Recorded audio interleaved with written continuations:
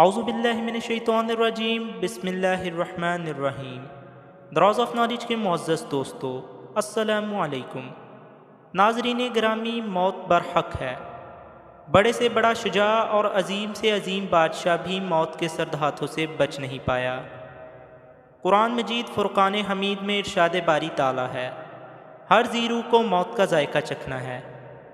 موت کی کیفیت سب کے لیے ایک جیسی نہیں ہوتی، جیسا کہ حدیث مبارکہ میں آتا ہے۔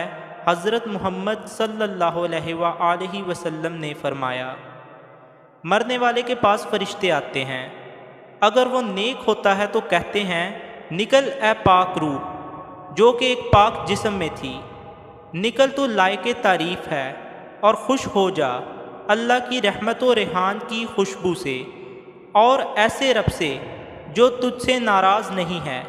اس سے برابر یہی کہا جاتا ہے یہاں تک کہ وہ نکل پڑتی ہے، پھر اس کو آسمان کی طرف چڑھا کر لے جایا جاتا ہے۔ اس کے لیے آسمان کا دروازہ کھولتے ہوئے پوچھا جاتا ہے کہ یہ کون ہے؟ فرشتے کہتے ہیں کہ یہ فلاں ہے۔ کہا جاتا ہے خوش آمدید پاک جان جو کہ ایک پاک جسم میں تھی، تو داخل ہو جا، تو نیک ہے اور خوش ہو جا اللہ کی رحمت و ریحان سے اور ایسے رب سے جو تجھ سے ناخوش نہیں ہے۔ اس سے برابر یہی کہا جاتا ہے یہاں تک کہ روح اس آسمان تک پہنچ جاتی ہے جس پر اللہ عز و جل ہے۔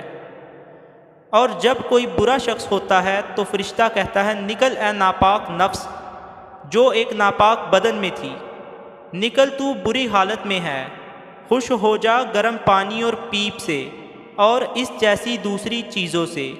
اس سے برابر یہی کہا جاتا ہے یہاں تک کہ وہ نکل جاتی ہے، پھر اس کو آسمان کی طرف چڑھا کر لے جایا جاتا ہے، لیکن اس کے دروازے کو نہیں کھولا جاتا۔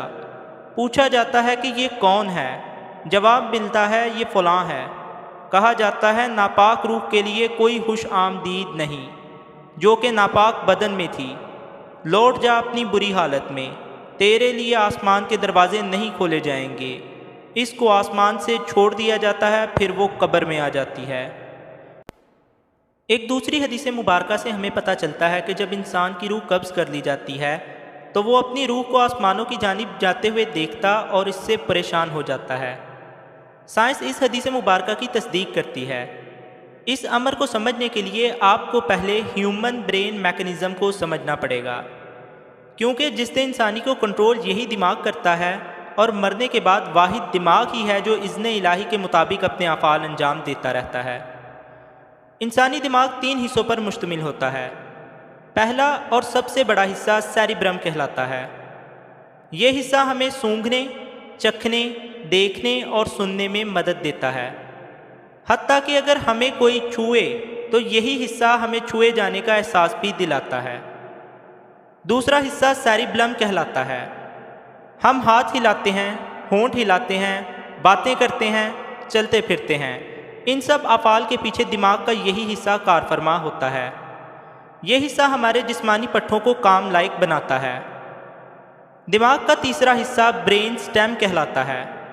یہ حصہ ان تمام جسمانی افعال کو کنٹرول کرتا ہے جو خود بخود وقوع پذیر ہو رہے ہوتے ہیں، مثلاً سانس کا لینا، چھینک اور جمائی کا آنا وغیرہ۔ اب واپس اپنے موضوع کی جانب چلتے ہیں اور یہ جاننے کی کوشش کرتے ہیں کہ آخر مرنے کے بعد بھی انسان اپنی روح کو آسمانوں کی طرف کیسے جاتے دیکھتا ہے۔ سائنسی ریسرچ سے یہ ثابت ہوا ہے کہ انسانی دماغ میں سیریبرم والا حصہ مرنے کے بعد بھی کام کرتا رہتا ہے۔ اسی باعث مرنے والے کی آنکھیں دیکھنا نہیں چھوڑتی، اور جب لوگ اس کے ارد گرد بچھڑنے والے کے غم میں رو رہے ہوتے ہیں تو وہ ان کی آہ و بکا کو سنتا ہے، مگر ان لمحات میں نہ تو مردہ بول سکتا ہے اور نہ ہی حرکت کر سکتا ہے۔ اس کی وجہ بالکل واضح ہے کہ دماغ کا محض ایک حصہ کام کر رہا ہے، باقی 2 حصے سیریبلم اور برین سٹیم کام بند کر چکے ہیں۔ ناظرین گرامی، کیا آپ جانتے ہیں کہ نیند کو آدھی موت کیوں کہا گیا ہے؟ ایسا اس باعث کہا جاتا ہے کیونکہ جب ہم گہری نیند سو جاتے ہیں تو دماغ کے 2 حصے جو موت کے بعد کام کرنا بند کر دیتے ہیں وہ نیند کی صورت میں چلتے رہتے ہیں۔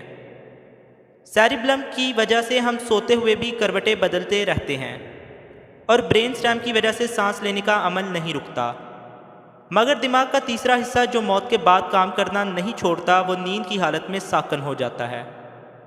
اسی باعث جب کوئی شخص گہری نیند سویا ہوتا ہے تو اسے ارد گرد کی باتیں سنائی نہیں دیتی اور نہ ہی اسے خوشبو اور بدبو کا احساس ہو پاتا ہے۔ اللہ رب العزت سے دعا ہے کہ وہ ہمیں باعمل مسلمان بننے کی توفیق عطا فرمائے اور ہمارا خاتمہ بالایمان فرمائے، آمین ثم آمین۔ اسی دعا کے ساتھ آج کی ویڈیو کا اختتام ہوتا ہے۔ امید کرتے ہیں کہ آپ کو یہ ویڈیو ضرور پسند آئی ہوگی۔ اس ویڈیو کے متعلق اپنی قیمتی رائے کمنٹ سیکشن کے ذریعے ہم تک ضرور پہنچائیں۔ ہماری اگلی ویڈیو آنے تک اپنا، دوستوں، رشتہ داروں اور گرد و نواح کے لوگوں کا ڈھیر سا خیال رکھیے گا۔ تب تک کے لیے اللہ حافظ۔